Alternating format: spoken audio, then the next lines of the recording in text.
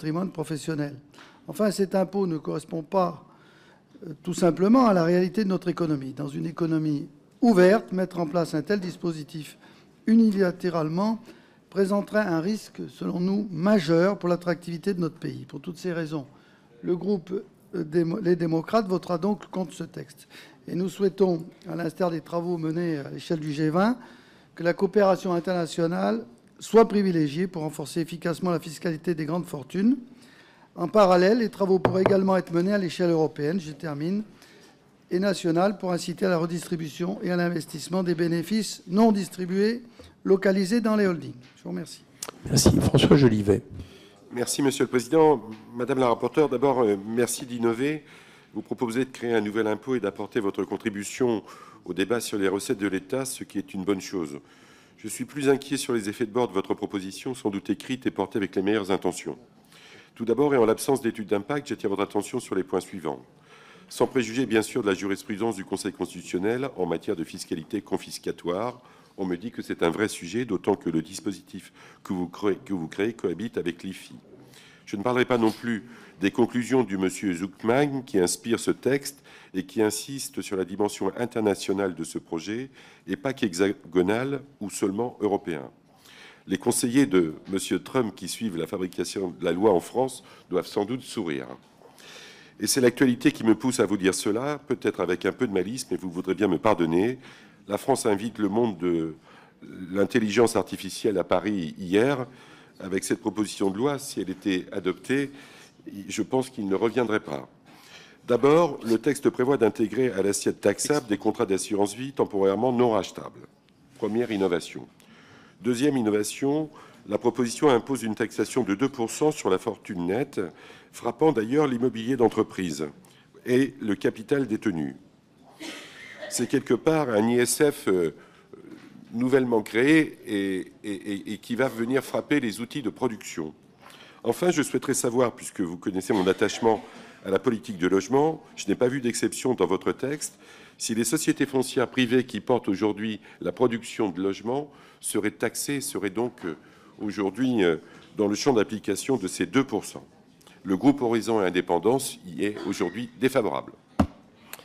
Merci. Qui pour Liot? Oui, Monsieur le Président, Madame la rapporteure, chers collègues, l'impératif de justice fiscale est, je pense, partagé par l'ensemble des membres de cette commission, par l'ensemble des membres du Parlement, et effectivement soulève le poids ou le non-poids de l'impôt payé par les plus fortunés en termes de contributions respectives. Mais votre proposition, Madame, soulève plusieurs difficultés. Le risque de nous déclasser, ça a été dit, par rapport aux autres États développés. Nous présentons déjà le taux de prélèvement obligatoire le plus élevé des pays de l'OCDE. Cette taxation conséquente, puisque le rendement avancé de 15 à 25 milliards d'euros pourrait être de nature à encourager l'exil fiscal, ça a été dit également. Enfin, l'assiette de cet impôt qui inclut les biens professionnels peut engendrer un risque pour l'appareil productif français. Ça a été évoqué également, le risque de non-constitutionnalité que vous semblez repousser de la main, mais qui reste évidemment à déterminer. Alors, au groupe Liot, nous estimons nécessaire d'explorer les réformes fiscales plus justes sur les plus hauts patrimoines. D'autres pistes existent et nous saluons l'initiative du Premier ministre qui, à la demande des socialistes, a ouvert un chantier dans un esprit similaire. Toutefois, nous considérons qu'un travail approfondi sur les niches serait une approche plus pertinente et plus équilibrée. Nous sommes donc, au groupe Liot, opposés au fondement de cette PPL et nous nous associerons à toute avancée pertinente concernant la quête peut-être idéale d'une parfaite justice fiscale. Je vous remercie. Merci. Pour le groupe GDA, c'est Jean-Pierre Bataille. Nicolas Sansu. Merci, Monsieur le Président. Madame la rapporteure, d'abord vous remercier et féliciter le groupe écologiste et social d'avoir choisi d'inscrire ce texte dans sa niche. On comprend bien, là, aujourd'hui, les digues que certains tentent de monter parce que le débat public, de toute façon, impose ce questionnement, quoi qu'il arrive. Vous le voyez avec le G20 et l'OCDE, vous le voyez avec le rapport Pisani-Ferry-Mahfouz, vous le voyez avec l'étude de Bercy qui vient de sortir et qui montre que les plus fortunés ne payent pas l'impôt comme ils le devraient par rapport aux autres. Donc la question, c'est d'abord une question de consentement à l'impôt. C'est comment on fait pour que la boule d'héritage qui continue de grossir soit enfin stoppée et que ce soit le travail qui fasse gagner de l'argent. Je suis désolé, ça a été dit par un collègue, mais quand on gagne 100 millions d'euros de patrimoine, ce n'est pas le travail qui fait ça. C'est à un moment, quelque part, une boule d'héritage et ça ne peut pas continuer. Et donc, ce texte qui vise à instaurer une contribution minimale équivalente à 2% du patrimoine total sur les centimillionnaires, c'est-à-dire que ça ne touche quasiment personne. Ne faisons pas ici comme si ça touchait tout un chacun. Ça ne touche quasiment personne. Et la personne qui a 100 millions d'euros de patrimoine et qui doit en payer 2 millions, je rappelle 2 millions à la fois en IR, en IFI, franchement, ce n'est pas grand-chose. Et donc, c'est vraiment, à mon avis, une erreur que de ne pas l'instaurer. Ensuite, prenons un exemple. Je vais prendre l'exemple de Bernard Arnault, parce que c'est un problème. Aujourd'hui, il s'est versé en 2024 3 milliards d'euros dans une holding familiale. Si elle avait été transparente, ça aurait fait 30% de flat tax, ça aurait fait donc 900 millions de recettes fiscales. Ce n'est pas transparent. Donc c'est la quote-part pour frais et charges qui s'impose avec l'IS à 25%. En fait, ça fait 3 milliards, ça fait 37,5 millions d'euros de recettes. Voilà la réalité. Et puis, il y a d'autres sujets qu'on peut mettre sur la table pour ce sujet. Enfin, ne mélangeons pas tout. Quand on est milliardaire ou centimillionnaire, c'est de la fortune financière. N'allons pas croire que ce sont des villas, des yachts et uniquement cela. Je le dis à mes collègues du RN, Montretout ne sera pas taxé par cette taxe. Ne vous inquiétez pas. Ne vous inquiétez pas.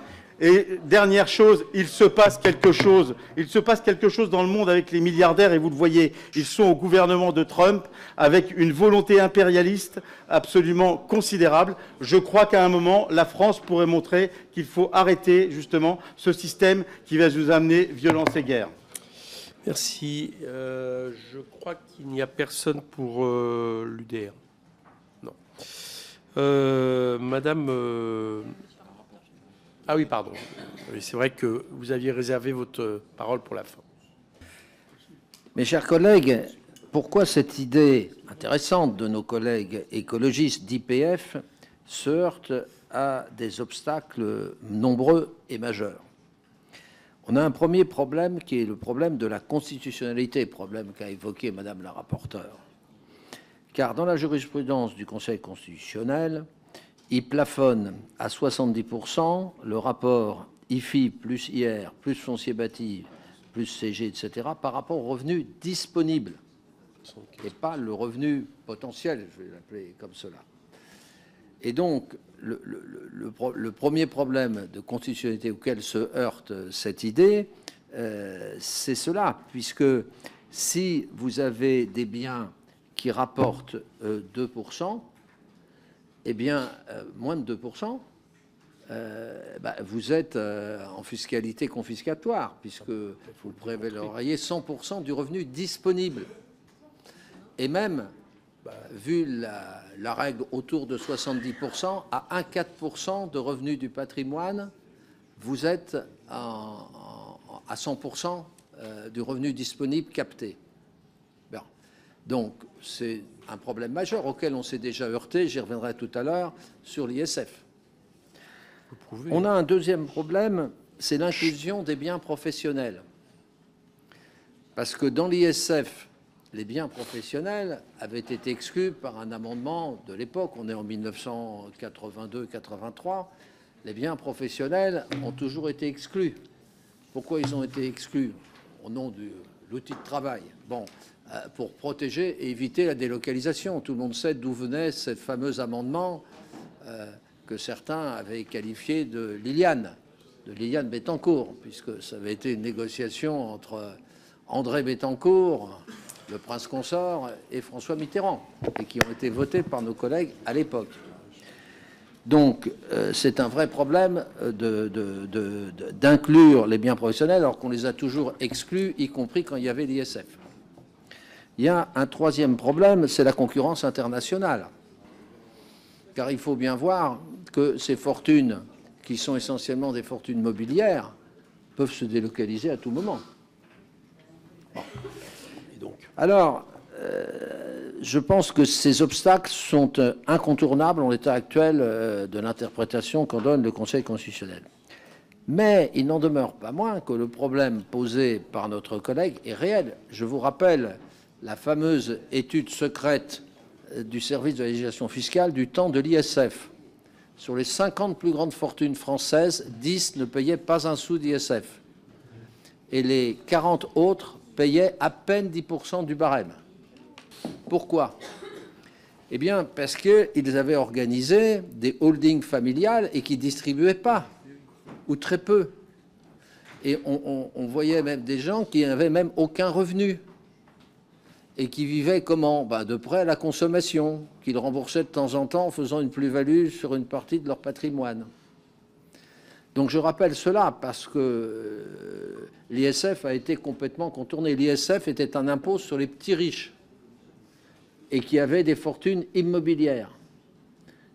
Mais ça ne frappait pas les très grosses fortunes qui sont des fortunes mobilières.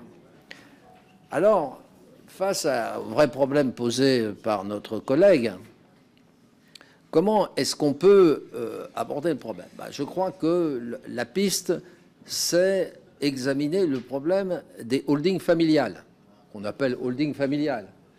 C'est ça le problème. Et comment contourner les obstacles constitutionnels et autres de concurrence?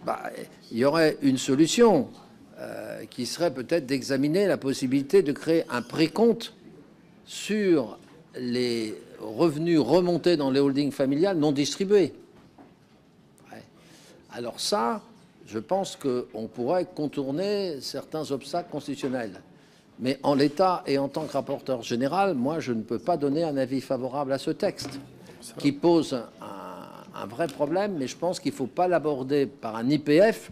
Je rappelle pour ceux qui n'ont pas lu en détail la proposition, c'est très simple, l'IPF. C'est 2% du patrimoine net, tout, y compris les assurances-vie, qui est un problème qui a été soulevé tout à l'heure. Bon, je ne suis pas sûr qu'il faille mettre l'assurance-vie, parce que l'assurance-vie, juridiquement, n'est plus la propriété de son auteur. Bon, donc c'est un petit problème. Mais c'est secondaire par rapport au problème de fond, moins les impôts principaux, c'est-à-dire IR, CSG, CRDF, et puis la C2HR. Bon, voilà, c'est ça l'idée. Voilà. Et donc, moi, voilà ce que je recommanderais à la Commission, c'est qu'on s'attaque, puisqu'on a évoqué ce problème à de nombreuses reprises, qu'on s'attaque au problème du contournement du droit fiscal français à travers les holdings familiaux. Donc il y a l'idée, cette vieille idée du précompte, et il y a peut-être d'autres pistes qu'on peut... voilà pourquoi je donne un avis défavorable à cette proposition. Merci. Eva Sa, si vous voulez répondre. Oui, merci Monsieur le Président. Quelques mots effectivement pour répondre à mes collègues et les remercier de leur contribution. D'abord à Madame Barret, non, on ne veut pas taxer toujours plus. On veut juste que chacun paye sa juste part d'impôt. Et je suis sûre que vous partagerez cet objectif. Vous dites que vous êtes du côté de la justice fiscale. Vous avez aujourd'hui la possibilité, l'opportunité de démontrer que vous êtes vraiment du côté de la justice fiscale. Donc nous attendrons de voir quelle sera la nature de vos votes sur cet impôt qui est vraiment un impôt minimum et qui nous semble être même de l'ordre du bon sens, même si j'aime pas beaucoup cette expression, mais en l'occurrence qui permet de rétablir juste le minimum de justice fiscale. À Monsieur Lefebvre, je lui dirais que d'abord, en fixant le seuil à 100 millions d'euros, nous évacuons justement ce que vous essayez d'invoquer sur la situation des artisans ou des PME. On voit bien que 100 millions d'euros, on est dans les grandes fortunes. Il n'y a donc pas lieu de convoquer les entrepreneurs sur les territoires parce que là, ils ne seront absolument pas touchés par notre mesure. Vous dites qu'il faut le faire au niveau international, mais nous avons échangé avec Gabriel Zucman lui-même et il a trouvé que c'était une excellente idée, au contraire, de le mettre en place au niveau national et que ça ouvrait la voie à une négociation internationale. Et j'ajouterai qu'Amélie de Montchalin elle-même nous a cité l'exemple de la taxe GAFAM, qui a ouvert la voie au niveau international à une taxation au minimum des multinationales, que nous avons mis en place au niveau français, en l'occurrence, que nous avons mis en place au niveau français, et je ne crois pas que ça a déstabilisé notre système fiscal ni notre système économique. Donc oui, la France peut être pionnière, et c'est ce que nous souhaitons faire avec cette proposition de loi. À Monsieur Lecoq, je le remercie pour son soutien et sa confiance. Je partage son indignation devant l'augmentation des inégalités.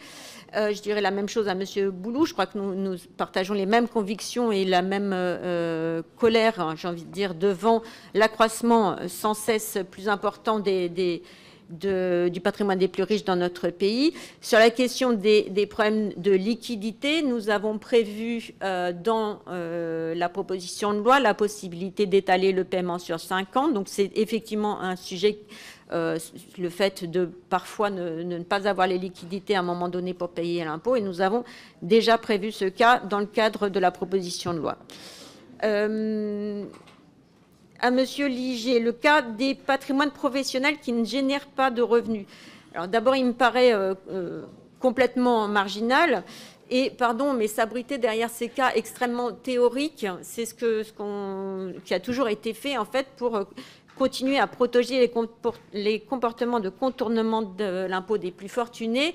Et on ne peut donc pas s'abriter derrière ces cas qui sont extrêmement rares, voire peut-être inexistants. À ma collègue Clémentine Autain, je voudrais simplement la remercier du travail en commun sur ce texte. À Monsieur Mandon, je dirais qu'à vouloir protéger les revenus non distribués, on se condamne à l'inaction devant l'évasion fiscale, puisque c'est justement sur ce point des revenus non distribués que les plus riches s'abritent pour contourner l'impôt. Donc tant qu'on continuera à ne pas vouloir toucher aux revenus non distribués dans les holdings, eh bien, il y aura toujours cette évasion fiscale. C'est exactement là-dessus que les plus fortunés s'appuient. À Monsieur Jolivet, j'ai déjà répondu sur le fait que le dispositif doit être mis en place au niveau international. D'abord, nous sommes favorables à ce qu'il soit mis en place au niveau international. Je voudrais le répéter, bien sûr. Et il nous semble que c'est justement une façon de le mettre en place au niveau international que d'ouvrir la voie au niveau national. Et sur la question des sociétés immobilières, ça fait partie du périmètre. Mais enfin, je rappelle là que nous nous adressons à des contribuables physiques, hein, qui auraient chacun, donc chaque foyer fiscal, un patrimoine de 100 millions d'euros. Donc là aussi, le cas dont vous parlez est extrêmement théorique, marginal, voire à nouveau inexistant, et on s'abrite toujours derrière des cas qui sont théoriques et d'ailleurs dont on n'a jamais eu la preuve pour protéger les plus riches et continuer en fait à accepter ces comportements de contournement de l'impôt. À Monsieur Jean-Pierre Bataille et au rapporteur général, puisque vous avez eu le même type d'argument, notamment sur la question de l'argument de constitutionnalité. Nous l'avons étudié, nous ne l'avons pas écarté d'un revers de la main. Si je suis devant vous aujourd'hui, c'est parce que nous avons justement approfondi ces points et nous avons un désaccord avec le rapporteur général. Je l'invite à nouveau à regarder la jurisprudence de 2011 que je vais citer à nouveau, parce que oui, il y a des points d'appui dans la jurisprudence pour dire que ce dispositif pourrait être constitutionnel et à tout le moins, je pense que la question mériterait d'être posée. C'est en adoptant cette proposition de loi que nous pourrions poser la question au Conseil constitutionnel. Rien ne préjuge de sa réponse. Je rappelle la jurisprudence de 2011 qui dit que il faut faire obstacle à ce que ces contribuables n'aménagent leur situation en privilégiant la détention de biens qui ne procurent aucun revenu imposable. C'est exactement le cas que nous adressons. Donc le Conseil constitutionnel lui-même reconnaît qu'il ne faut pas utiliser le plafonnement des revenus, le plafonnement en fonction des revenus pour contourner l'impôt. C'est sur cette jurisprudence que nous pourrions nous appuyer. En tout état de cause, j'entends tous les arguments, mais je voudrais vous inviter, chers collègues, à ne pas céder à l'inaction devant l'évasion fiscale des plus riches. C'est le sujet qui nous est adressé. Et si nous n'adoptions pas cet impôt plancher, je crois que malheureusement, nous décevrions bien les Français qui tous veulent une égalité devant l'impôt. Bien, merci. On va passer aux amendements, chers collègues, si vous voulez bien, sur la l'article unique et on va commencer par les amendements de suppression. Donc il y a 2 amendements identiques, évidemment, présentés par M. Lefebvre et présentés par M. Berger et ses collègues. Merci, Monsieur le Président. Peut-être juste en un mot avant de le défendre, moi je suis toujours très surpris de voir que dans cette commission, on met un petit peu à mal la question du secret fiscal. Vous avez évoqué la situation personnelle d'un contribuable, Monsieur le Président. Je suis navré de le dire, mais c'est quelque chose qui est toujours extrêmement dangereux pour la démocratie. On se rappelle ce qui s'est passé en Russie, de la même manière que Madame Autain, vous évoquez des listes de patrimoine. Pardon Madame Autain, mais moi je n'ai pas très envie de vivre dans un monde dans lequel on connaît mon patrimoine. Deuxièmement, Madame... pardon, ce sont les conditions strictes de la démocratie. Madame la rapporteure, vous évoquez la question des... Monsieur le Président, si on peut s'exprimer... Vous évoquez, Madame la rapporteure, la question de la transmission d'entreprise sur laquelle je vous ai interrogé, et vous ne répondez pas du tout, pardon, sur le fond de la mesure. Dans votre taxe, vous ne purgez pas du tout les plus-values latentes et vous incluez l'ensemble du patrimoine des contribuables concernés, qu'il s'agisse des dividendes ou des bénéfices non distribués. Et ça, que vous le vouliez ou non, Madame Sass, ça aura un impact très important sur la valeur des actions qui sera pris en compte à travers la valorisation des titres détenus. Et par conséquent, ça aura un impact sur la transmission des entreprises, dont le coût est aujourd'hui déjà très élevé en France. C'est la raison pour laquelle on a fait les pactes Dutreil, que vous voulez par ailleurs remettre en cause. Mais qui peut évidemment considérer qu'il ne faut pas sortir les dividendes pour financer la transmission. Donc Madame Sass, si vous pouviez nous répondre sur ce point technique qui, me semble-t-il, n'a pas été abordé, sauf à considérer qu'évidemment, à 100 millions d'euros de patrimoine, on détient aucune action ou aucun dividende dans des entreprises françaises qui, accessoirement, créent de la croissance et de l'emploi. Mais évidemment, pour toutes les raisons que j'ai exposées à titre liminaire tout à l'heure, on souhaite la suppression de cet article. Monsieur Berger ? Merci beaucoup, Monsieur le Président. Oui, c'est vrai que il y a plusieurs problèmes de fond qui se posent sur ce texte. D'abord, le premier, c'est que nous considérons que dans le pays champion du monde de la fiscalité, il serait malvenu d'aggraver encore la situation. Et nous préférons, de loin, pour améliorer nos équilibres financiers, baisser la dépense publique. Je dirais même que notre devoir serait de la baisser encore davantage que nous l'imaginons aujourd'hui pour pouvoir baisser également la fiscalité plutôt que de l'aggraver. Mais au-delà de cette considération, si on devait considérer qu'il y avait des recettes fiscales à trouver, je pense que cette proposition serait également malvenue. D'abord parce qu'elle a tout un tas d'inconvénients qui ont été d'ores et déjà soulevés, mais aussi parce que finalement, pour essayer de corriger une supposée injustice, on viendrait en réalité aggraver encore la complexité de notre système fiscal avec un mécanisme complémentaire, un mécanisme supplémentaire, alors que bien souvent, les failles de notre système fiscal résident justement dans sa complexité. Donc je crois que ce n'est pas en aggravant la complexité qu'on viendra mettre un terme à l'injustice fiscale. Et si on voulait accroître cette justice fiscale, il faudrait d'abord veiller à la simplification, voire à la révolution de notre système fiscal pour faire en sorte qu'il soit plus juste, compréhensible par tous les Français et qu'il ne permette plus d'avoir ces failles dans le système avec un système qui est supposé progressif et qui en réalité peut aboutir à un système dégressif. Et je crois que nous avons un vrai travail à faire sur ce sujet, mais certainement pas en aggravant encore la pression fiscale dans notre pays, qui aggraverait notre position en termes de compétitivité et qui viendrait créer un signal vraiment très malheureux sur la scène européenne et internationale. Madame la rapporteure. Oui, 2 points. D'abord, sur la question de la transmission, cette proposition de loi ne concerne pas la transmission. Donc, je suis un peu étonnée par votre question.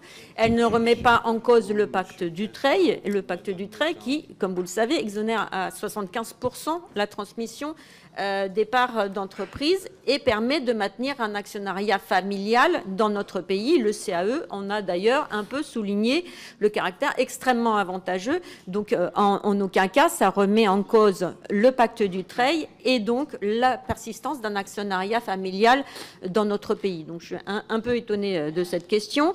Ensuite, sur la complexité du dispositif, là aussi je suis étonnée de la question parce que c'est le mécanisme dans son principe et exactement celui qui est repris par le gouvernement, en tout cas dans le mécanisme adopté, un mécanisme différencié, un filet de sécurité qui permet d'être sûr d'éviter les abus en matière d'évasion fiscale.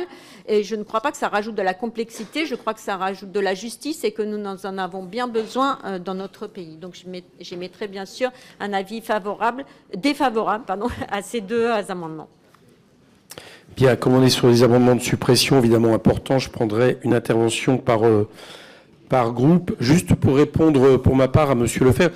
Monsieur Lefebvre, je regrette que vous repreniez des insinuations qui avaient été à mon encontre quand j'ai été élu pour la première fois, où certains avaient agité... Non, mais laissez-moi... Certains avaient agité le risque que je rendrais public des déclarations fiscales. Parce que, si, vous avez dit ça. Vous avez dit, je ne veux pas vivre dans un pays par rapport... D'accord, mais non, mais laissez-moi continuer, Monsieur Lefebvre. Donc, je regrette que vous le repreniez parce que ça a été agité. Vous remarquerez qu'en 5 ans, 4 ans maintenant, il n'y a jamais eu un seul document que j'ai eu en ma possession qui a été rendu public. Et bien sûr encore, mais je vous le dis. Donc, ma fonction me permet effectivement d'aller chercher des documents.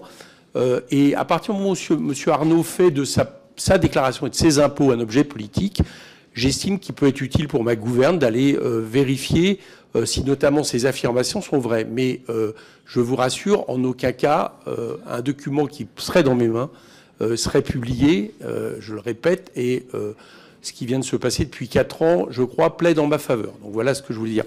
Sur le fond, si cet amendement était supprimé, je dois dire que par rapport au débat qu'on a eu dans la période budgétaire, ça serait quand même une régression, parce qu'il m'a semblé que sur cette question de fiscalité de ceux qui aujourd'hui, de manière imparable et chiffrée, ne payent pas l'impôt qu'ils devraient payer, il me semblait qu'il y avait quand même une majorité qui s'était exprimée dans l'Assemblée, et je trouvais que c'était heureux, parce qu'à mon avis, c'est quand même en adéquation avec le sentiment très global des Français. Je me souviens, il n'y a pas très longtemps, d'un sondage sur les mesures à prendre, et je crois que 76% des Français estimaient que les ultra-riches devaient être imposés à la hauteur de ce qu'ils devaient. Je dis ça par rapport à ce que les gens pensent, et ils ne confondent pas, eux, le fait d'imposer des gens qui aujourd'hui payent un impôt totalement inférieur à ce qu'ils devraient payer avec le fait de imposer de manière globale davantage les Français. Je rappelle quand même, parce qu'on la cite, que l'étude de l'IPP de juin 2023, quel impôt les milliardaires payent-ils, conclut que le taux d'imposition effectif est progressif jusqu'au 1% des ménages les plus riches, mais devient régressif au-delà. Ainsi, l'impôt passe de 46% pour les 0,1% les plus riches à 26% pour les 0,0002% les plus riches, c'est-à-dire les milliardaires. Franchement, je ne vois pas qui peut considérer, dans un pays comme le nôtre, où le consentement de l'impôt est aussi essentiel, que c'est normal, quel que soit après l'apport que l'on peut estimer sur ces milliardaires par rapport à l'économie, dont je rappelle quand même que leur richesse n'existerait pas s'il n'y avait pas des salariés et des travailleurs pour la produire aussi. Voilà. Monsieur Renaud. Oui, en fait, le but de cette proposition de loi, c'est de remettre la taxe Zuckman sur l'ouvrage. La taxe Zuckman qui est normalement un impôt mondial. Bon, juste pour rappel, alors taxe Zuckman, ça fait chic, ça fait sérieux, ça fait référence évidemment à Gabriel Zuckman, économiste. Bon, juste pour rappel quand même, c'est un économiste très engagé qui a signé une tribune de soutien de la NUPS aux élections législatives en disant que le programme économique de la NUPS était quelque chose de très sérieux, voilà, avec un certain nombre d'autres économistes de gauche, bon, sachant que ce programme, c'était vraiment la foire à la saucisse des impôts et des dépenses. Alors, bon, là, le but de cette proposition de loi, c'est de refaire le PLF 2025. Alors, je ne suis pas sûr que ce soit le bon vecteur là, d'en faire une proposition de loi, sachant que le budget de 2025 a augmenté globalement le taux de prélèvement obligatoire dans notre pays. On est à 43,5%. Et on reste le pays le plus taxé du monde. Alors le problème de cette taxe Zuckman appliquée en France, en tout cas, Et dans cette configuration, ça a été dit, ça inclut les assurances vie, ça inclut les biens professionnels, donc ça inclut en fait l'activité productive dans notre pays. Et par ailleurs, ça s'ajouterait, si c'était voté, à la contribution exceptionnelle qui est contenue dans le budget 2025. Donc on est encore sur une course à l'échalote sur les impôts. Néanmoins, on va s'abstenir sur cet amendement de suppression parce que, en fait, on souhaite débattre de notre proposition de remplacement de l'ISF en IFF. Donc nous, on ne veut pas d'impôt sur la fortune en impôt sur la fortune financière. Alors à ce moment-là, ce serait la transformation d'un impôt existant. On ne rajoute pas un impôt supplémentaire. Voilà, mais de façon globale, il n'y a aucune raison de courir derrière les positions de la gauche et cette course à l'impôt que veut faire la gauche. On a notre propre position en matière de justice fiscale. Merci, Madame Autain. J'entends accroître la pression fiscale, taxer, taxer, taxer, nous dit l'URN, c'est-à-dire au fond ce discours qui met tout le monde sur le même plan. Là, ce dont il s'agit, c'est de milliardaires qui, depuis 2019, ont vu leur fortune augmenter de 1,3 million d'euros par jour. C'est de cela dont on parle. Donc, je suis assez sidérée, je le dis, parce qu'il s'agirait de ne pas s'habituer dans cette commission non plus à entendre le fait qu'au fond, il ne faudrait pas taxer les milliardaires et trouver le moyen d'empêcher qu'ils contournent l'impôt. Donc si, en effet, il faut s'attacher à trouver une législation sur les holdings familiales, moi j'ai envie de vous dire, Charles de Courson, quand vous avez une fuite, s'il y a plusieurs trous, il faut boucher tous les trous. Donc là, on propose un mécanisme 2% sur le patrimoine. Et après, si vous avez des idées de propositions de loi pour encore mieux aller s'attaquer au holding familial, nous sommes absolument preneurs. Mais la question de l'outil de production qui a été énoncé à plusieurs reprises, c'est-à-dire au fond la compétitivité, oh là là, attention, etc., je pense que c'est méconnaître la réalité de ces fortunes et de la forme actuelle de la construction de ces fortunes et de leur liquidité extrême. Parce que si nous ne prenons pas cette taxe au sérieux de 2%, eh bien, ça veut dire très concrètement que Bernard Arnault va pouvoir continuer à ne pas être imposé sur ces 190 milliards d'euros de patrimoine et contourner l'impôt. Donc pour l'instant, je n'ai pas entendu de propositions alternatives sérieuses qui permettent d'affronter ce problème de contournement de l'impôt par les ultra riches. Et je pense que nous sommes dans une situation assez grave puisque j'entends même l'enjeu de constitutionnalité être énoncé à plusieurs reprises.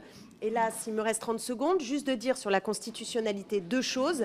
J'avoue que quand j'entends que quand on va taxer à 2% le patrimoine de milliardaires, il y aurait un problème de constitutionnalité, c'est-à-dire d'égalité devant l'impôt, franchement, c'est inacceptable d'entendre une chose pareille, même si je vois bien les ressorts, mais j'y reviendrai.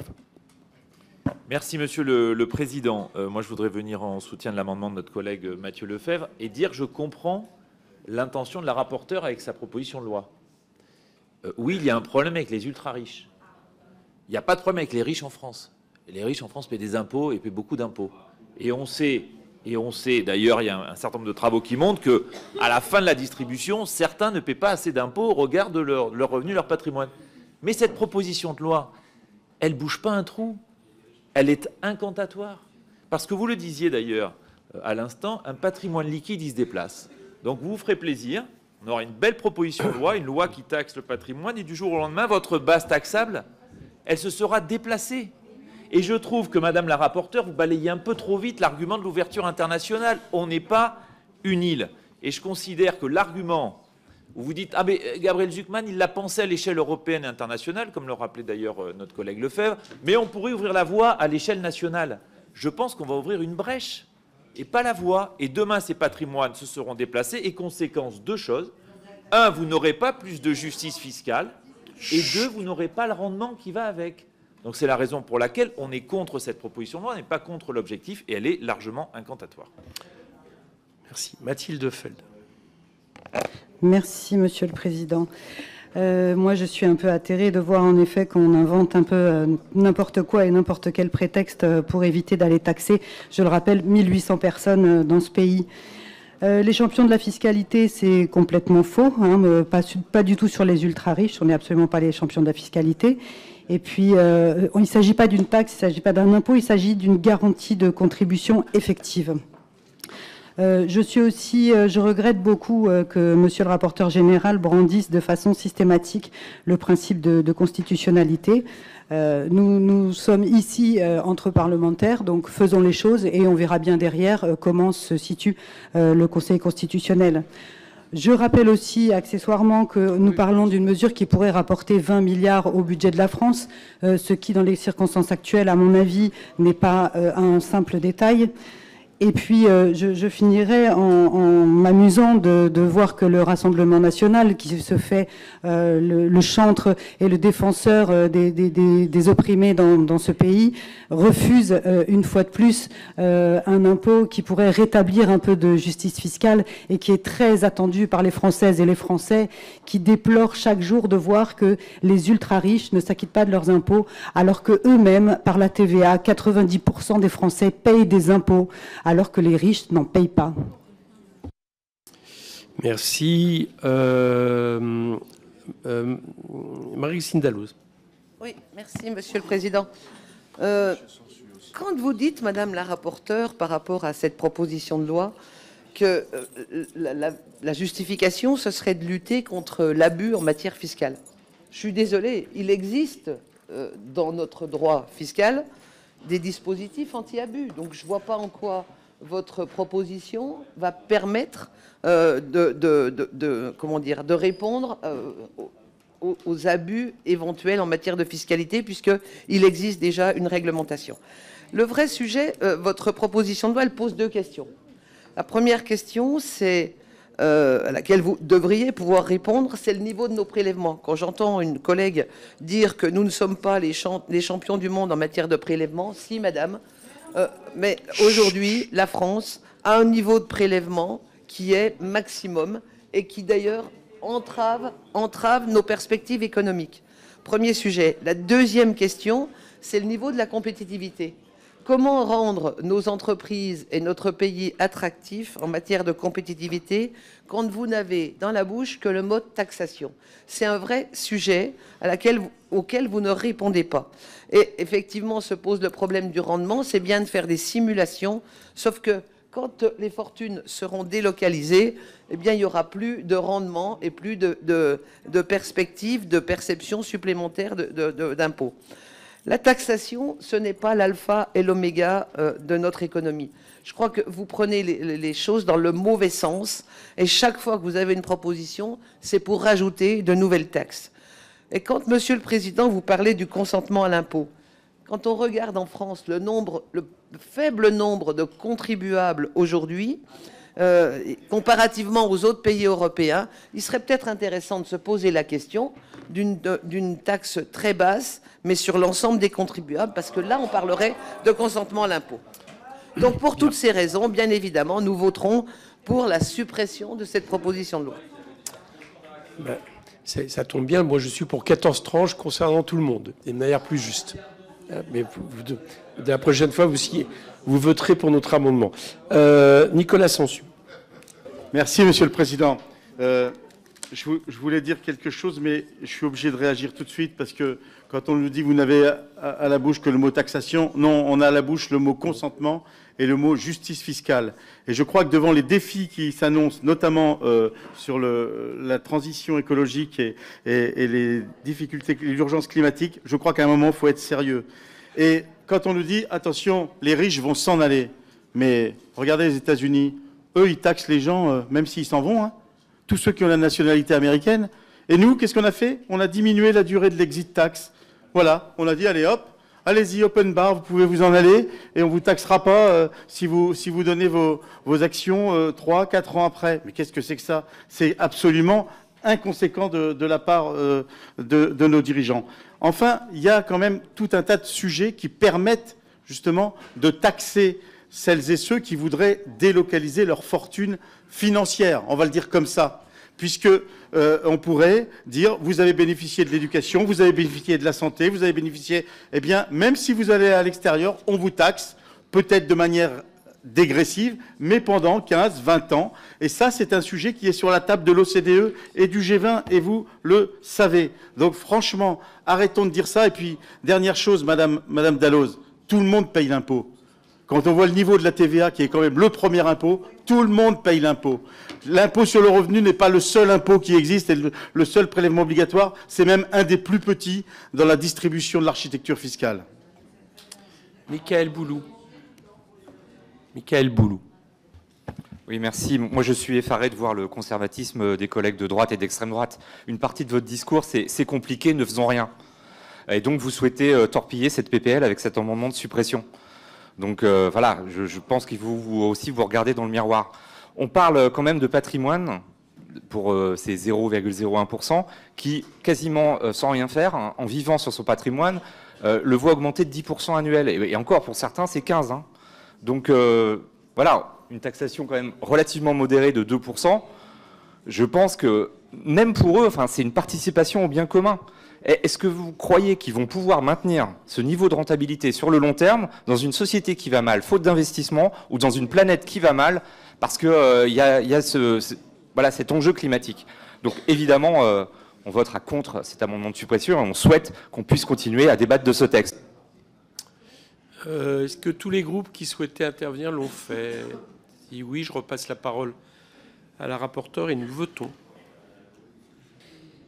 Oui, rapidement, juste Monsieur Renaud, ça ne s'ajoute pas à la contribution différentielle sur les revenus, c'est un impôt différentiel, complémentaire, donc qui permet de s'assurer que l'ensemble des impôts soit égal à 2%. Donc au final, ça n'est qu'un filet anti-abus, comme je l'ai dit à plusieurs reprises. Et ça paraît vraiment le mécanisme le plus adéquat. J'ai entendu des solutions alternatives, mais même le gouvernement réfléchit à un dispositif exactement de même nature. C'est bien que c'est la bonne piste à suivre. Et là, nous vous proposons un dispositif qui est opérationnel. Donc, ne différons pas le sujet. Nous avons là, je pense, presque un consensus, finalement, sur le fait que c'est le bon dispositif à adopter. Je voulais simplement répondre à Madame Dalloz que vous nous dites qu'il y a une réglementation anti-abus, mais très visiblement, elle est inopérante, puisque l'Institut des politiques publiques a montré de façon extrêmement objective qu'il y avait que les plus riches échappaient à la taxation. Je le disais en introduction, 2% d'impôt sur le revenu, tout impôt personnel confondu. On ne peut pas dire qu'aujourd'hui, les mécanismes anti-abus fonctionnent dans notre pays. C'est bien exactement l'objet de cette proposition de loi. Et ensuite, sur le sujet, bon, je m'attendais à cet argument, mais enfin, sur on paye trop d'impôts en France, j'ai envie de dire, pas tout le monde. Peut-être les classes moyennes et supérieures, on pourrait en discuter, mais là, il s'agit bien justement de rétablir l'égalité devant l'impôt. Il n'y aura pas un impôt supplémentaire pour les classes moyennes et supérieures avec ce dispositif. Ça ne touche que 1800 contribuables les plus aisés. C'est ceux-là que vous protégez en vous opposant à ce dispositif.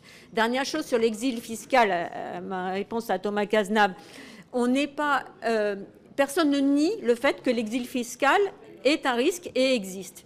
Je dis simplement que, d'une part, entre la menace et l'exécution, il y a souvent un grand pas et on observe dans tous les pays, on peut citer aussi les études qui ont été faites sur le cas suédois, que très souvent, en vérité, il y a très peu d'exil fiscal parce que les contribuables les plus aisés sont comme tout le monde et ont des attaches familiales, territoriales qui ne se défont pas si simplement.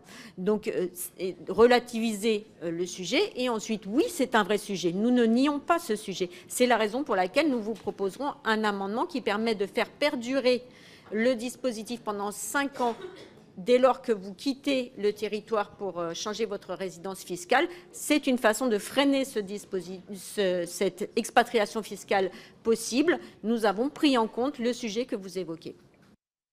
Merci. Et on passe au vote. Qui est pour les amendements de suppression ?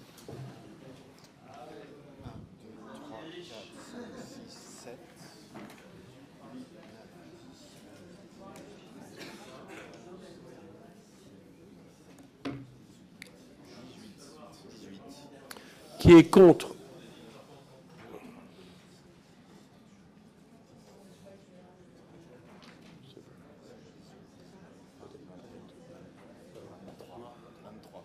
Rejeté. Amendement rejeté. Pour les autres amendements, il est évident que je vais repasser un pour un contre. Je vous le dis comme ça, je pense que tout le monde s'est bien exprimé. 23-18. Allez, on passe à l'amendement 12 présenté par le groupe Monsieur Renaud, qui le présente. Oui, donc cet amendement, en fait, est le cœur de notre proposition principale, qui est d'ailleurs une mesure présidentielle, c'est de transformer l'impôt sur la fortune immobilière en impôt sur la fortune financière. C'est un amendement qu'on pose depuis des années, et je remarque que la gauche vote contre depuis des années. Voilà, donc la petite remarque sur la gauche qui défend les pauvres contre les riches, etc., etc. Voilà, vous pouvez garder vos leçons. Alors, on a le droit, il faut dire une chose, c'est que contrairement à la gauche, on considère qu'on a le droit de faire fortune dans notre pays.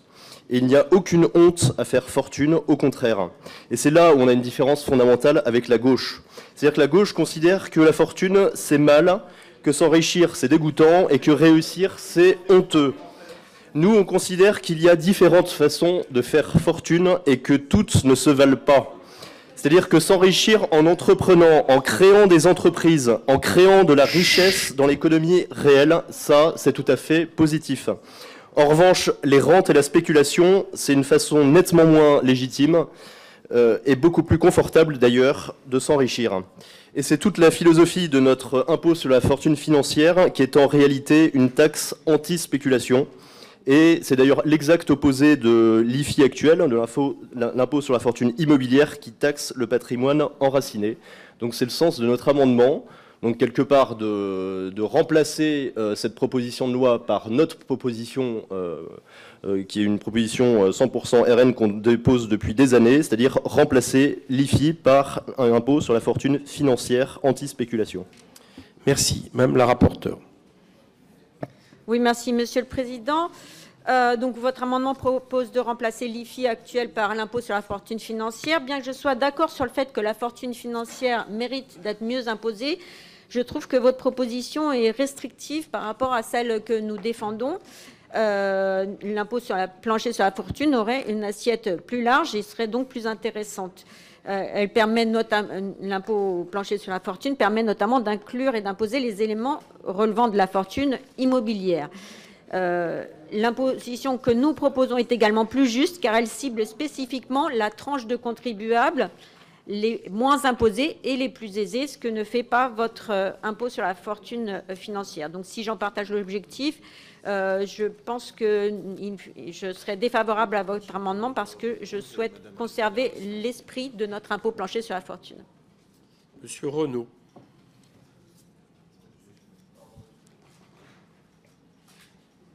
Oui, la question n'est pas celle de l'assiette plus large ou moins large, c'est un impôt qui est complètement différent de votre proposition, parce que votre proposition vise à taxer le patrimoine. Nous, notre proposition vise à taxer les revenus financiers, donc ce n'est pas du tout le même état d'esprit.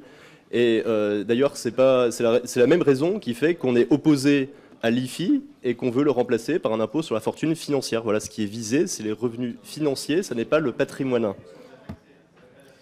Gabriel Catala, qui souhaite la bienvenue. Merci, Monsieur le Président. Je remarque que le Rassemblement national utilise les mêmes mots que sa patronne, Madame Le Pen, puisqu'elle déclarait en 2022 « L'IFI est un impôt qui taxe l'enracinement, le fait pour les Français d'être propriétaires du patrimoine immobilier français.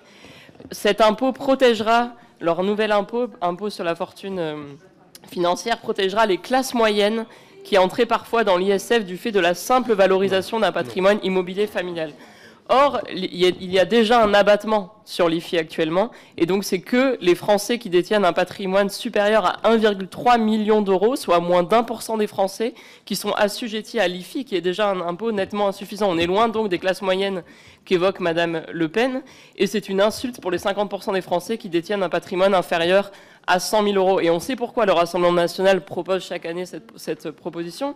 C'est parce qu'il est mal à l'aise avec son opposition à l'impôt de solidarité sur la fortune. Pourquoi? Parce que Madame Le Pen devrait y être assujettie. Allez, on passe au vote. Qui est pour? Qui est contre? Rejeté. On passe à l'amendement suivant. Monsieur Renaud, c'est toujours vous qui le présentez? Merci, Monsieur le Président. Non, c'est moi qui vais le présenter. Très rapidement, il s'agit d'un amendement de repli par rapport à l'amendement précédent, pour toujours tendre vers un impôt sur la fortune financière plutôt qu'immobilière. Donc cet amendement vise à sortir les biens immobiliers du calcul de l'assiette de l'impôt, pour les mêmes raisons que évoquées par mon collègue Mathias Renaud précédemment. On considère effectivement qu'on doit orienter la taxation sur les flux financiers, la spéculation, et pas sur les biens immobiliers qui s'enracinent sur notre territoire et qui pourraient donc pénaliser, ne vous en déplaise, Lucas Mohen. Alors sur le principe, je suis ravi parce que vous m'avez appris que je me rapprochais de la ligne de Marine Le Pen, enfin qu'on se rapprochait de la ligne de Marine Le Pen. Dans l'ensemble, ça nous convient plutôt de se rapprocher de la ligne de cette dame, qu'on considère avoir un très bon programme pour la France. Mais voilà, donc il s'agit d'un amendement de repli. Merci, Monsieur Mauvieux. Madame la rapporteure.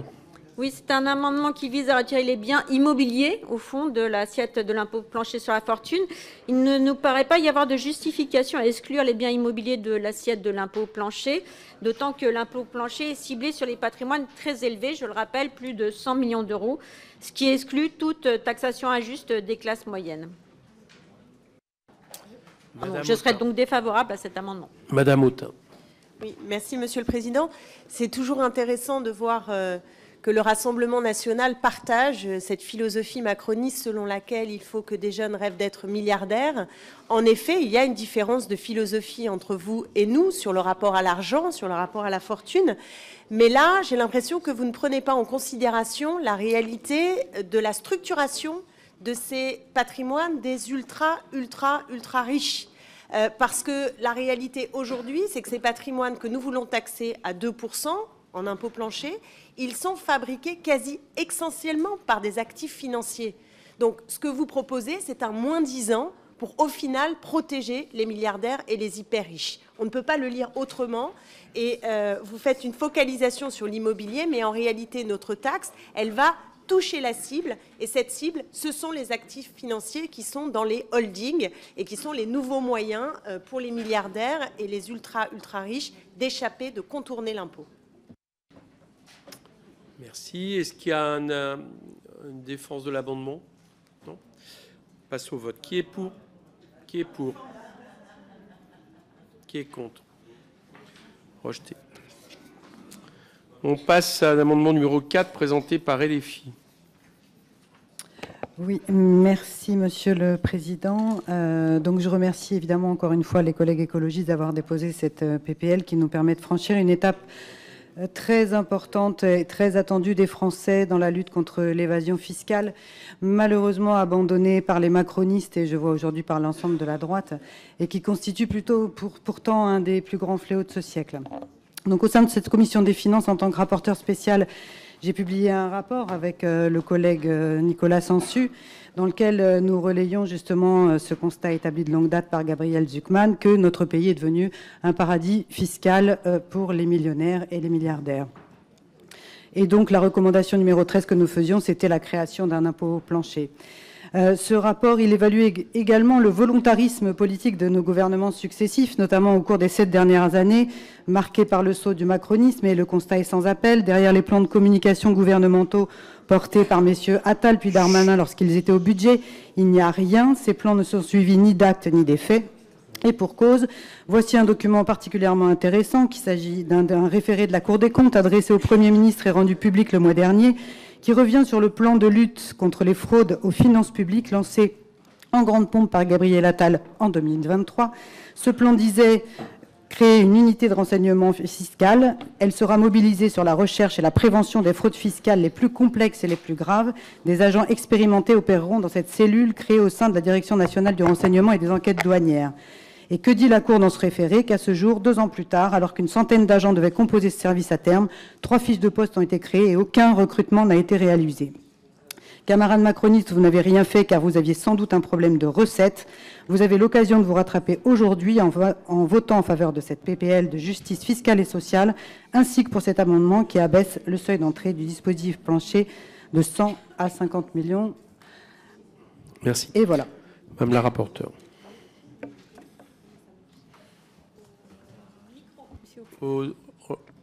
Merci. Je voudrais remercier notre collègue Feld pour la qualité de ses travaux. C'est un amendement qui vise à abaisser le seuil d'application de l'impôt au plancher sur la fortune de 100 millions à 50 millions d'euros. Aujourd'hui, pour les mêmes raisons que j'ai pu énoncer plus tôt, je suis conduite à privilégier le seuil plutôt de 100 millions d'euros que nous avons retenu pour éviter tout risque d'atteinte aux outils productifs des TPE-PME de notre territoire. Donc, pour nous, 100 millions d'euros, c'est aussi le seuil qui évite tout débat et toute façon de s'abriter derrière les artisans et commerçants de nos territoires. 100 millions d'euros, ça touche vraiment les ultra-riches et ça évite les faux débats. Donc, je serais personnellement défavorable à cet amendement. Retrait? Ok, merci. On passe à l'amendement 14. Madame Sass. Rédactionnel. Ok. Qui est pour? Qui est contre? Adopté. On passe à l'amendement 15. Rédactionnel. Même vote. On passe à l'amendement 30. Alors, ce n'est pas un amendement rédactionnel, c'est l'amendement que j'évoquais tout à l'heure. C'est un amendement qui vise à instaurer une disposition pour limiter justement l'exil fiscal des contribuables soumis à cette imposition. Pour réduire ces effets potentiels d'exil fiscal, nous proposons de renforcer en fait notre proposition de loi en intégrant un dispositif anti-exil fiscal qui soumettrait ceux qui s'expatrient à cet impôt plancher pendant une durée de 5 ans après leur départ. C'est une façon de freiner ce phénomène. Il est néanmoins utile de rappeler que cet exil fiscal demeure marginal, comme je l'ai expliqué plus tôt. Merci. Madame Autain. Pour abonder dans le sens de ce que vient de nous dire la rapporteure Eva Sass, c'est un point décisif de notre proposition, puisque a été évoqué au démarrage contre cette taxe l'idée qu'il y aurait toujours cette fuite des capitaux dont on nous parle toujours dès qu'il s'agit de prendre une mesure de taxation des ultra-riches, dès qu'il s'agit de faire vivre un peu la justice fiscale. Donc là, c'est important. Cette mesure permettra de contenir l'éventualité de cette fuite, du fait que des entreprises, des holdings, enfin ces patrimoines en tout cas, s'expatrient ailleurs, plus exactement. Donc ça, c'est la première chose. Mais surtout, il faut faire attention à cet argument. Il faut le battre un peu en brèche parce qu'on l'a vu avec d'autres mesures fiscales qui s'attaquent aux milliardaires. En réalité, il n'y a pas de fuite aussi grande qu'on l'imagine. Ça n'est pas la réalité. Et deuxièmement, on ne peut pas, au prétexte de quelques-uns qui partiraient, au fond, se dire on ne fait rien et on laisse les milliardaires ne pas payer l'impôt et le contourner. Merci. Est-ce qu'il y a quelqu'un qui est contre, qui veut intervenir? Passe au vote. Qui est pour?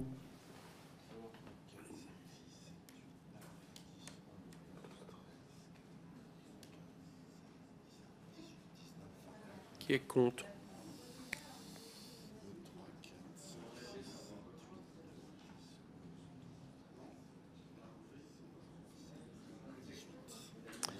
Adopté. Le 16, Madame Sass. Rédactionnel. Je fais un pour, et après les autres rédactionnels, ça sera pareil. Qui est pour? C'est du rédactionnel. Qui est contre? Adopté. 17. Rédactionnel. Même vote. 18. Rédactionnel. Même vote.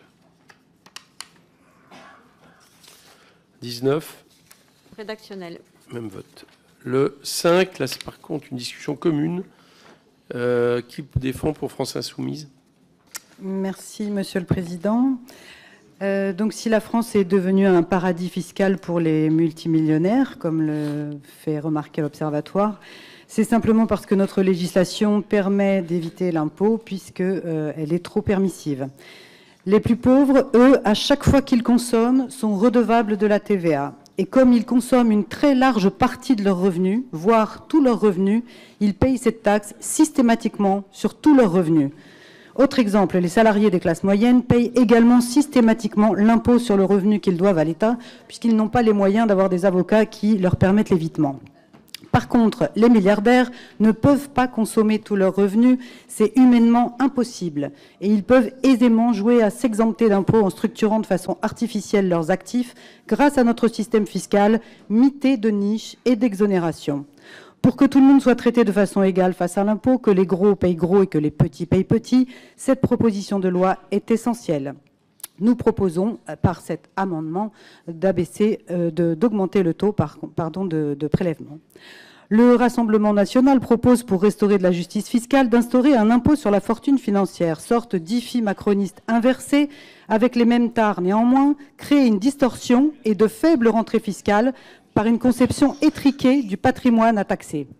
Mais vous faites semblant de méconnaître totalement la structure du patrimoine des multimillionnaires qui est composée majoritairement d'actifs financiers, comme l'a rappelé la collègue Autain. Or, la proposition de loi aujourd'hui examinée sert précisément l'objectif que vous prétendez vous fixer avec votre IFF. Je dis bien prétendez, car si vous votiez contre cette loi aujourd'hui, cela impliquerait quelque chose de très simple. Vous seriez les garants du patrimoine des grandes fortunes, au même titre que les macronistes. Vous confirmeriez que vous n'êtes pas une alternative aux macronistes, ce qui ne nous surprendrait pas, mais son prolongement autoritaire, que votre volonté n'est pas d'œuvrer en faveur de l'intérêt commun, mais bien d'assurer et de rassurer les nantis et les bien-nés. Prouvez donc le contraire en votant pour cette proposition de loi et pour cet amendement qui la rend encore plus juste et plus productive. Merci. Monsieur Tanguy. Non, c'est pas Monsieur Tanguy. Madame Maréboy. Oui, Monsieur le Président. Nous continuons toujours à vouloir remplacer l'impôt sur la fortune par un impôt sur la fortune financière. Ainsi, nous vous proposons d'abaisser le taux de 2% à 1,5%, ce qui rapprocherait le taux de l'IFI marginal sur ce que nous voulons voir apparaître et créer. Donc, nous vous proposons d'abaisser le taux de 2 à 1,5%. Merci. Madame la rapporteure. Oui, merci, Monsieur le Président. Je voudrais remercier Madame Feld pour la qualité de son argumentation et apporter de l'eau à notre moulin pour défendre cette proposition de loi. Je comprends votre souhait d'augmenter à 3%, car ça reste un taux effectivement extrêmement bas. Mais c'est vrai que nous avons privilégié 2% comme une solution plus équilibrée et efficace. C'est le taux qui a été retenu par Gabriel Zucman au niveau international. Et c'est aussi un taux, il nous semble, qui minimise le risque d'inconstitutionnalité. Plus le taux est élevé, plus on aurait un risque d'inconstitutionnalité de notre proposition de loi. Par ailleurs, à 2%, cela rapporte déjà 20 milliards d'euros, ce qui nous paraît un rendement conséquent. Donc, nous maintenons notre proposition à 2%. De la même façon, il nous semble que le baisser à 1,5 ne serait pas nécessaire et qu'au contraire, nous avons besoin de recettes fiscales dans la période. Dès lors, et pour rester dans la droite ligne des travaux de Gabriel Zucman au niveau international, nous allons apporter un avis défavorable à ces deux amendements. Ouais, je profite de ces amendements juste pour, dans le débat, donner quelques chiffres. Tout à l'heure, le débat qu'on avait un peu sur... Est-ce que la France est championne d'Europe incontestable du taux de prélèvement de moyens obligatoires, toute catégorie, et puis du coup, ce qui en découle, l'éventuelle, entre guillemets, concurrence internationale qui pourrait influer sur le départ des ultra-riches, ils étaient plus imposés. Et c'est un tableau que vous trouvez dans le rapport de la Cour des comptes sur le niveau d'imposition comparée, donc qui est tout récent, hein, et qui montre, à partir de pays cibles, ils ont diagnostiqué, pour ceux qui n'avaient pas lu le rapport, 7 pays cibles qui sont considérés comme représentatifs un peu des différents taux de prélèvement obligatoire en Europe. Et on s'aperçoit que quand vous avez 50% au-dessus du revenu moyen, la France se place en 3e position dans ce taux de prélèvement obligatoire, derrière le Danemark et l'Allemagne. Et quand on monte à 250% du revenu moyen, la France n'est plus que 5e, dépassée cette fois-ci en plus par la Belgique et le Royaume-Uni. Voilà, je trouvais que, vous pouvez trouver ce tableau, hein, c'est dans le rapport de la Cour des comptes, je trouvais que c'était assez intéressant en termes argumentaires. Monsieur Lecoq. Merci, Monsieur le Président. Je voudrais juste faire remarquer qu'il est absolument hallucinant de voir avec quelle énergie le Rassemblement national fait absolument tout pour essayer, soit ici de raboter la mesure, soit de faire en sorte de la diminuer et d'en diminuer son périmètre. Visiblement, vous aviez un peu moins de préoccupations et un peu moins de larmes au moment où il s'agissait de laisser passer le PLFSS, qui n'attaquait pas celles et ceux qui sont millionnaires, mais aller rechercher 400 millions sur des apprentis. Là, on est en train de discuter de fortune à partir de 100 millions d'euros, donc c'est-à-dire absolument colossal. On vous l'a rappelé tout à l'heure, pour ce qui est de l'immobilier, l'IFI actuel, c'est des patrimoines à partir de... Il y a un abattement en dessous de 1,9 million d'euros. C'est-à-dire qu'on parle de biens immobiliers qui ne sont pas taxés en dessous de 2 millions d'euros, et y compris dans la proposition qui est formulée ici par Eva Sass, il y a un abattement pour les résidences principales à 1 million d'euros. Donc on est sur une proposition qui est somme toute très très raisonnable. Passe au vote. Il y a qui? Là j'ai eu un... C'est un pour ou un contre? Non. Bon, ok, allez-y. Je prendrai deux interventions. Allez-y. C'est vrai qu'il y a deux amendements. Vous intervenez sur quels amendements? Oui, mais ils sont contraints. Enfin bon, allez-y. Non, les deux amendements sont évidemment contradictoires. Le Rassemblement national a à cœur de baisser le taux, c'est important de le souligner. On ne le dira jamais assez à quel point le Rassemblement n'est pas du côté du partage des richesses et protège à la fin des fins les fortunes des milliardaires. C'est quand même comme cela qu'il faut entendre le débat que nous avons ce matin, et je voudrais impérativement le souligner. Quant aux 3%, c'est vrai que c'est un pied de nez qui est assez amusant à l'égard de la règle des 3% des déficits publics inventés sur un coin de table à Bruxelles sur nos déficits. Donc le 3% est amusant, mais je pense qu'en l'espèce, nous essayons... Chut. Il y a ce pied de nez. Après, est-ce que si nous avions mis 3%, vous auriez demandé 4%? Ça, c'est sûr que c'est une question. Nous avons mis la barrière à 100 millions. Est-ce que vous la proposez à 50 millions? Si on l'avait mis à 50 millions, peut-être qu'il aurait fallu la mettre à 20 millions. C'est un débat très intéressant de savoir où est-ce qu'on met la jauge. Mais le 2% était en effet pour se calquer sur la proposition qui a été portée au G20 par Gabriel Zucman. Elle nous semble vraiment un début qui nous permet de mettre un pied aussi dans la brèche. Et il faut se rendre compte que cette proposition de loi, elle est un bouleversement d'une certaine manière aussi par rapport aux normes actuelles de la législation fiscale. Merci. Est-ce qu'il y a d'autres interventions? Puisque j'ai appris deux. Non, passe au vote. Qui est pour le 5? Qui est contre? Rejeté. Qui est pour le 10? Qui est contre? Rejeté. Alors, on repasse à des amendements rédactionnels. Le 20. Rédactionnel. Qui est pour? Pardon. Qui est contre? Adopté. Donc, 21. Rédactionnel. Même vote. 22. Rédactionnel. 29. Rédactionnel. 23. Rédactionnel. 24. Rédactionnel. 25. Rédactionnel. 26. Rédactionnel. 27.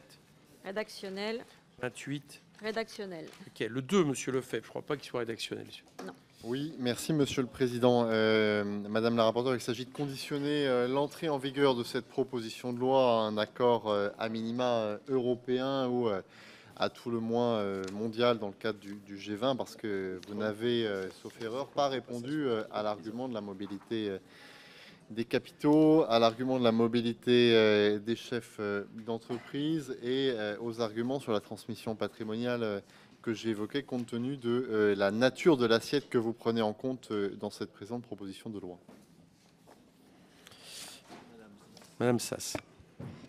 Oui, merci, Monsieur le Président. Il me semble qu'il s'agit en réalité d'une stratégie un peu dilatoire visant à retarder indéfiniment l'instauration d'un mécanisme pourtant nécessaire et légitime.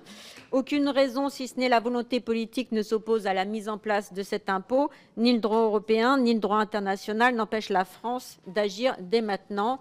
Concernant l'exil fiscal, on a adopté plus haut plutôt une mesure qui visait à freiner l'expatriation fiscale. Dès lors, il ne semble pas nécessaire d'attendre la mise en place d'un accord international ou européen pour mettre en place cette taxation au niveau français. Comme on l'a dit à plusieurs reprises, nous pouvons être pionniers. Nous l'avons fait avec la taxe GAFAM et ça n'a pas déstabilisé ni le système fiscal ni le système économique français. Qui veut réagir?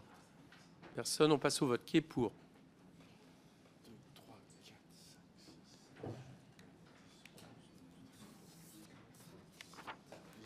Qui est contre?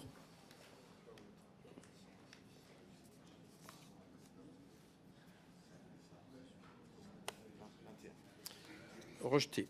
On a fini avec les amendements. On a vu tous les amendements.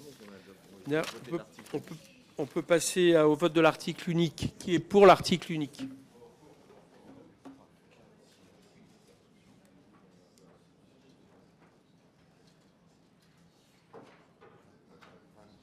Qui est contre?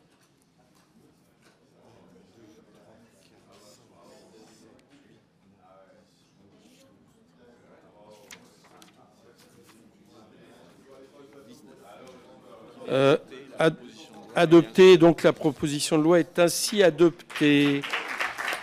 On a épuisé notre ordre du jour. Je vous rappelle que nous nous retrouvons cet après-midi à 15h pour une audition de M. Antoine Armand par la commission exerçant les prérogatives d'une commission d'enquête. Félicitations, Eva Sass. Merci.